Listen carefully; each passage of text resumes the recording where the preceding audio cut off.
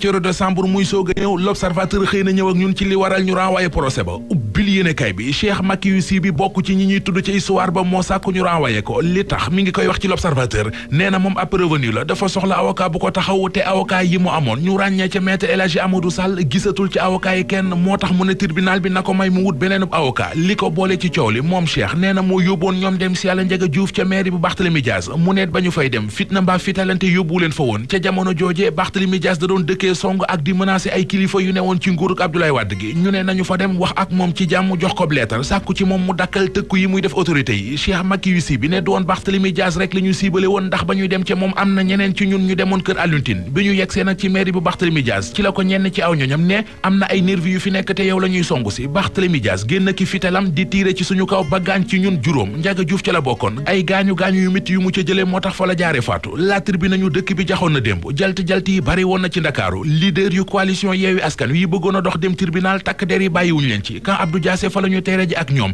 muy Barthélémy Dias di Ousmane Sonko di Khalifa Sall di Alaaji Malick Gakou ñoom ñëpp la ñu jàppoon ginnaaw bi ci lañ leen bàyyi waa CICN ak waa BIP ñoo lëkkaloo taxaw jàmmaarloog ñi bëggoon a manifester anki dina kay mel ne ku naan ñu li ñu naan doole doxul jàmm loolee moo dal waa Yewwi ci seen mobilisation beeg seen résistance ak manifestation gi ñu doon woote force de sécurité yi ñoo geetaru ba dëgër taxaw ci seen kanam tegal leen seen loi Sud Quotidien nañu moom kay yàlla baax tuuti ko noon ñu dundaat ci réew mi démb li ñu fi dundoon weeru mars gi weesu gis nañu farando yu coalition Yewwi Askan Wi ñu doon manifester ci wedeen bi ba taaloon fay pëna bu dee li woon démb mooy deuxième vague gi Ousmane Sonko doon wax Vox Populi nee nañu deuxième vague ba lajj na muy Barthélémy Dias di Ousmane Sonko di Malick Gakou di Khalifa Ababacar Sall daj nañu ci bëccëgu démb bi ci dëkk bi lu mburu dajul cib taal dóor nañu leen ay lacrymogène dàq ji leen ci mbeddi Ndakaaru yi jàpp leen ñoox leen ci wata police bi yóbbu leen camp Abdou Diassé ginnaaw bi ca lañ leen libération nañu ñiy jàppal tànk coalition Yewwi Askan Wi bi ñu déggee Khalifa Sall mu ne jàpp nañu ñoom Barthélémy Dias ak consort ci la ñu tàmbalee taali pëna ci wedeen bi kii di Alaaji Malick Gakou libé mi ngi ñuy wax ne bi ñu koy arrêté jël bu rëy bi mu daanu mbagg mu wekkeeku la ca jële source nañu muy Barthélémy Dias di Ousmane Sonko Khalifa Sall Alaaji Malick Gakou ak compagnie seen résistance gi ñu woote woon démb wéet nañu ca waa Ndakaaru dañu leen a boycotté faalewu leen ñoom ñëpp xëy nekk ci seeni muraada ñi leen toppoon nakas néew bi grenade lacrymogène yi tàmbalee tàkk ci la ñu àbbu njool mi daw wëqet ñoom Barth ak Ousmane Sonko yi doon jaay fi du rëy ak ngaam wu dang source nee nañu bi alkaati yu bi taxawee ci seen kanam dañoo mujj nëbbatu ji ci magasin bu nekk Médina ni muq ci biir bu nuppi naan gaañ ñi génn leen résister l'observateur nañu waaye moom Barthélémy Dias dégg nañu ko ginnaaw bi mu ne lam waxoon du ca jóg ku ko woowati tribunal ndax waxi Ndiaga Diouf du la faale enquête dina kay nañu ñoom leader yu Yewwi Askan Wi waa Benno Bokk Yaakaar yàkk nañu leen démb musiba ak mbelengaan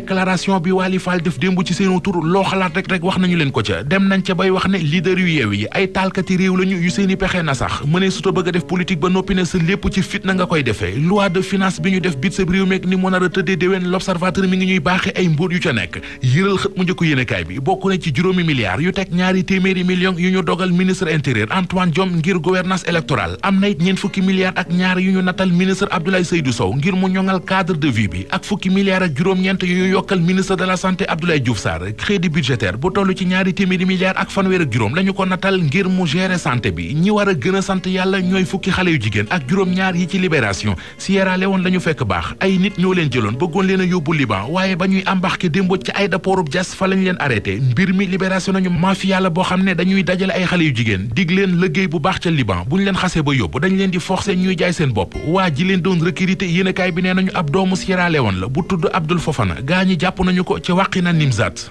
S'en va en Marseille Alfé.